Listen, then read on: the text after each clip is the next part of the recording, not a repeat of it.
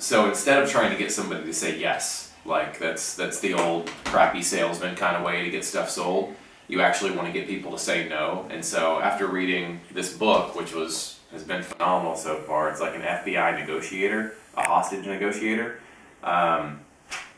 He is all about asking questions that the answer is going to be no to. And so we're kind of correlating this to real estate. And we've got a guy who won't sign our purchase contract that we sent to him. So I'm going to call him today, and I'm just going to be like, it's a vacant house and he lives out of state, but he won't sign the contract because of whatever reason. So I'm going to call him and just be like, listen, seller, do you want to keep the house? I know the answer is no. So there's something that we haven't uncovered yet that hopefully this will lead to him telling us. Be like, do you want to keep the house? No. Well, what's going on? Why haven't you signed the contract yet? I mean, I saw you looked at it. And so then hopefully he'll blab out his objection. We can handle that and move forward. So it was just a powerful thing that I read this morning. And instead of, for example, asking someone, is this a good time to talk? Because everybody's always going to say either no or no, call me later. It's always going to be a no, and it's not a good time. It's not a good thing for you.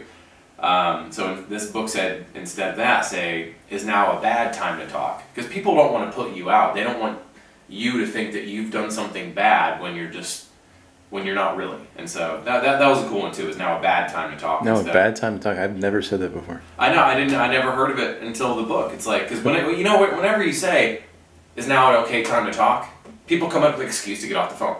That's what happens. That's why you don't ask, how are you? I'm crappy. Right, they're always doing something. They always feel bad. My cat just died.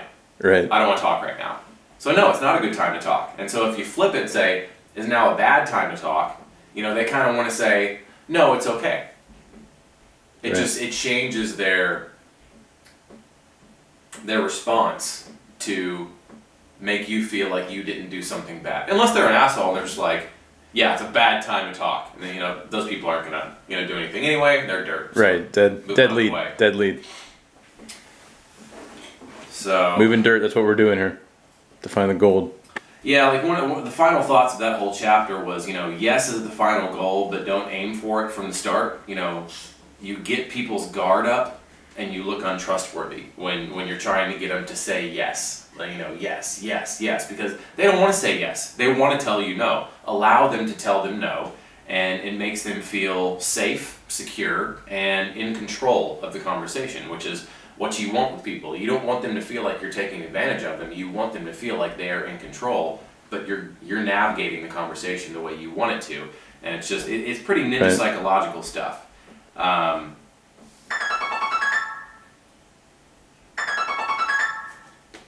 Deal with that later. So yeah, and so one of the first final thoughts was break the habit of getting people to say yes because it makes people defensive. And so I came up with these, a couple of questions to try to change my outlook on the way I'm asking questions. And so one of the questions that I'm going to ask buyers that we flip, that we know aren't sellers, be like, hey, do you still buy, or did you quit buying real estate? No, I didn't quit. Oh, cool, man, because fill in the blank. Right. So it's some pretty ninja. What's that book? Verbal Judo? I don't know. I never heard of that book. This dude told me about this book. Yeah, Verbal Judo. I write all the books that I want to read down in front of my book. In the cover, got it. Inside. Yeah, Verbal Judo. So that's just some verbal judo, man. I like it. Verbo Judo. All right. Hey, we'll see what we can use on some of these sellers today. We'll see what happens. Verbo Judo. But yeah, I like the yeses and nos. I haven't really kind of psychologically have used those before, so it's kind of this book is fire. It's a different way of different approach. So what this book is about is this dude. He went to in the first chapter or something. He went to Harvard to drop in on some of their negotiating courses because obviously Harvard's a school of business, right? Right. So you're in some really high level business negotiations, and that's tough stuff. I mean, we're talking, 7, 8, 9-figure negotiations. They're not negotiating peanuts like we are here. And so Right. he basically rewrote the tactic. Actually, I'm sorry. He went into Harvard and got in negotiations with all the students that were there practicing, and even the teachers. And I think the goal of the thing was, he was trying to get someone to buy something, and they had a set parameter of how much money they could spend.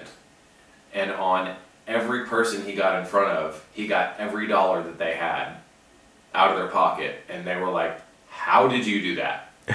And it was just all about never splitting the difference. He didn't negotiate on a number, he negotiated the person and the emotions, and just manipulated, verbally judoing the crap out of them. And this book is fire. You pretty much have in this case, our sellers pretty much you pretty much have them talk price. We don't really get into that unless it's totally out of our ballpark, but yeah, they're pretty much talking themselves down almost. And that's why we, like, by giving a range, again, we're not splitting the difference. We're giving them a number.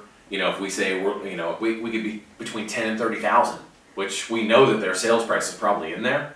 The top end is probably close to what they want, but the bottom end is just something ridiculous. And that's why we're going to price anchor. That's why we're going to price anchor moving forward, because even within that range, we know that we can find sold properties that sold in that $10,000 to $30,000 range. Right. And I'm not talking to the president of the RIA right now. Oh, jeez. Oh, man, that'll be a long, drawn-out call. He always calls me when he wants me to, when he wants me to be a speaker. I was going to say a guest speaker. Yeah. Oh, jeez. I'm just like, I don't even know if I want to do that anymore. So. All right, man. Hey, that was awesome. All right, Good let's work. get to work. Let's get it. Let's get to work. Turn this off. LFG.